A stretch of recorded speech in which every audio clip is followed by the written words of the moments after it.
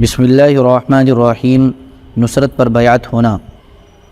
حضرت کعب بن مالک رضی اللہ تعالیٰ عنہ فرماتے ہیں کہ ہم لوگ شعب عقبہ میں جمع ہو کر حضور صلی اللہ علیہ وسلم کا انتظار کر رہے تھے کہ تھوڑی دیر بعد حضور صلی اللہ علیہ وسلم ہمارے پاس تشریف لے آئے۔ حضرت عباس بن عبد المطلب رضی اللہ تعالیٰ عنہ بھی آپ کے ساتھ تھے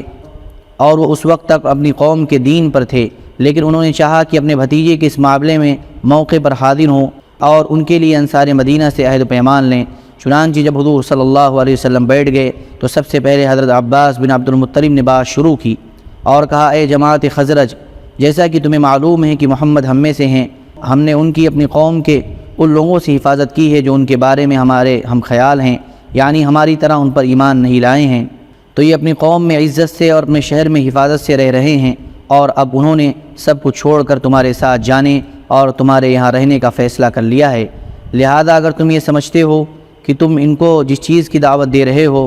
اسے تم پورا کر لو گے اور مخالفوں سے ان کی حفاظت کر لو گے تو تم جانو اور تمہاری ذمہ داری،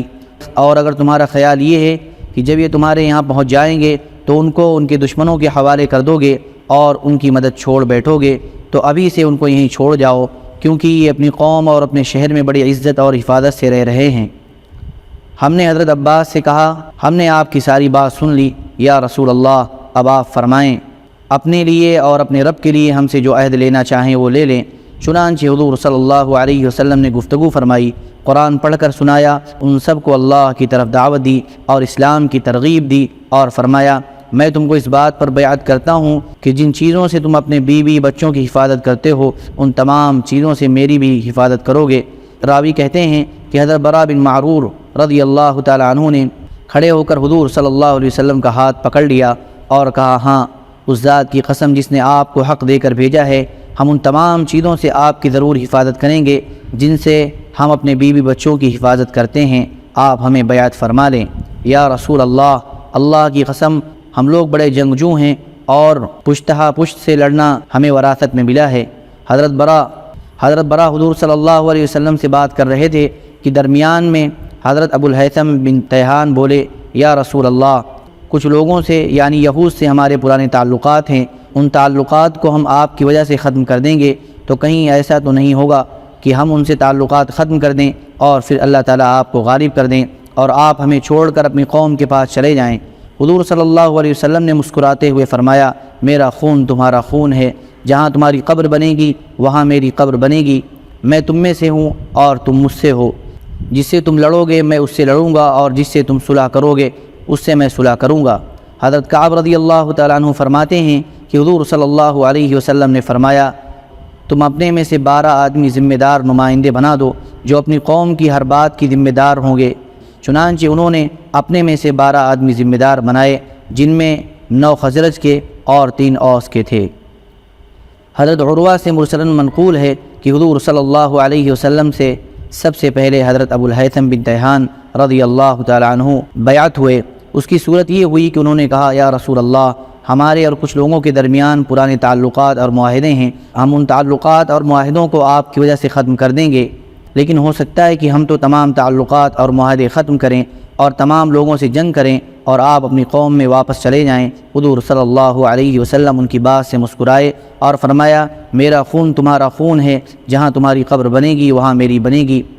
جب حضرت ابو الہیثم حضور صلی اللہ علیہ وسلم کے جواب سے مطمئن ہو گئے تو انہوں نے اپنی قوم کی طرف متوجہ ہو کر کہا، اے میری قوم، یہ اللہ کے رسول ہیں، میں گواہی دیتا ہوں کہ یہ بالکل سچے ہیں اور آج یہ اللہ کے حرم میں ہیں اور اس کی پناہ میں اور اپنی قوم اور خاندان کے بیچ میں رہ رہے ہیں۔ یہ اچھی طرح سمجھ لو کہ اگر تم ان کو اپنے یہاں لے جاؤ گے تو سارے عرب مل کر تم پر ایک کمان سے تیر چلائیں گے، اگر تم اللہ کے راستے میں قتل ہو جانے اور مال و اولاد سب کچھ چلے جانے پر خوشی خوشی راضی ہو تو ان کو ضرور اپنے علاقے کی طرف جانے کی دعوت دو، کیونکہ یہ اللہ تعالیٰ کے رسول برحق ہیں، اور اگر تمہیں ڈر ہے کہ تم ان کی مدد نہیں کر سکو گے تو ابھی سے انہیں چھوڑ دو۔ تو اس پر سب نے کہا کہ اللہ اور رسول جو بھی کام ہمارے ذمہ لگائیں گے وہ ہمیں قبول ہے۔ یا رسول اللہ، ہماری جان کے بارے میں آپ جو فرمائیں گے ہم ویسے ہی کریں گے۔ اے ابو الہیثم، ہمارے اور رسول اللہ صلی اللہ علیہ وسلم کے درمیان میں سے ہٹ جاؤ، ہم تو ان سے ضرور بیعت ہوں گے۔ حضرت ابو الہیثم کہتے ہیں کہ میں سب سے پہلے بیعت ہوا، پھر باقی سارے بیعت ہوئے۔ حضرت عاصم بن عمر بن قتادہ رضی اللہ تعالیٰ عنہ فرماتے ہیں کہ جب یہ تمام لوگ حضور صلی اللہ علیہ وسلم سے بیعت ہونے کے لیے جمع ہو گئے تو حضرت عباس بن عبادہ بن نضلہ نے، جو کہ قبیلے بنو سالم بن عوف کے ہیں، کہا اے جماعت خزرج، کیا تم جانتے ہو کہ تم اس آدمی سے کس بات پر بیعت ہو رہے ہو؟ ان لوگوں نے کہا ہاں۔ حضرت عباس بن عبادہ نے کہا ان سے بیعت ہونے کا مطلب یہ ہے کہ تم کو عرب و عجم سے لڑنا ہوگا۔ اگر تم یہ سمجھتے ہو کہ جب تمہارے مال ہلاک ہونے لگیں اور تمہارے سردار قتل ہونے لگیں تو تم اس وقت ان کو دشمن کے حوالے کر دو گے، تو ابھی سے انہیں چھوڑ دو، کیونکہ اللہ کی قسم بعد میں ان کو چھوڑنے سے تم دنیا و آخرت میں رسوا ہو جاؤ گے۔ اور اگر تم یہ سمجھتے ہو کہ مالی نقصانات اور سرداروں کے قتل ہونے کے باوجود تم اس چیز کو پورا کر لو گے جس کی تم ان کو دعوت دے رہے ہو، تو پھر تم ان کو ضرور لے جاؤ، کیونکہ ان کو لے جانا اللہ کی قسم دنیا و آخرت کی خیر ہی خیر ہے۔ تمام لوگوں نے کہا چاہے ہمارے سارے مال ہلاک ہو جائیں اور ہمارے سارے سردار قتل ہو جائیں، ہم پھر بھی ان کو لے کر جائیں گے یا رسول اللہ۔ اگر ہم اپنے اس وعدے کو پورا کر دیں گے تو ہمیں کیا ملے گا؟ آپ نے فرمایا جنت۔ ان لوگوں نے کہا آپ اپنا ہاتھ بڑھائیں، چنانچہ آپ نے ہاتھ بڑھایا اور وہ سب آپ سے بیعت ہو گئے۔ حضرت معبد بن کعب اپنے بھائی حضرت عبداللہ رضی اللہ تعالیٰ عنہ سے نقل کرتے ہیں کہ بیعت کے بعد حضور صلی اللہ علیہ وسلم نے فرمایا کہ تم اپنی اپنی قیام گاہوں پر ایک ایک دو دو ہو کر واپس چلے جاؤ۔ عباس بن عبادہ نے کہا یا رسول اللہ، قسم ہے اس ذات کی جس نے آپ کو حق دے کر بھیجا ہے، اگر آپ فرمائیں تو ہم کل ہی اپنی تلواریں لے کر مینا والوں پر ٹوٹ پڑیں۔ آپ نے فرمایا ابھی ہمیں اس کا حکم نہیں دیا گیا، تم اپنی قیام گاہوں کو واپس چلے جاؤ۔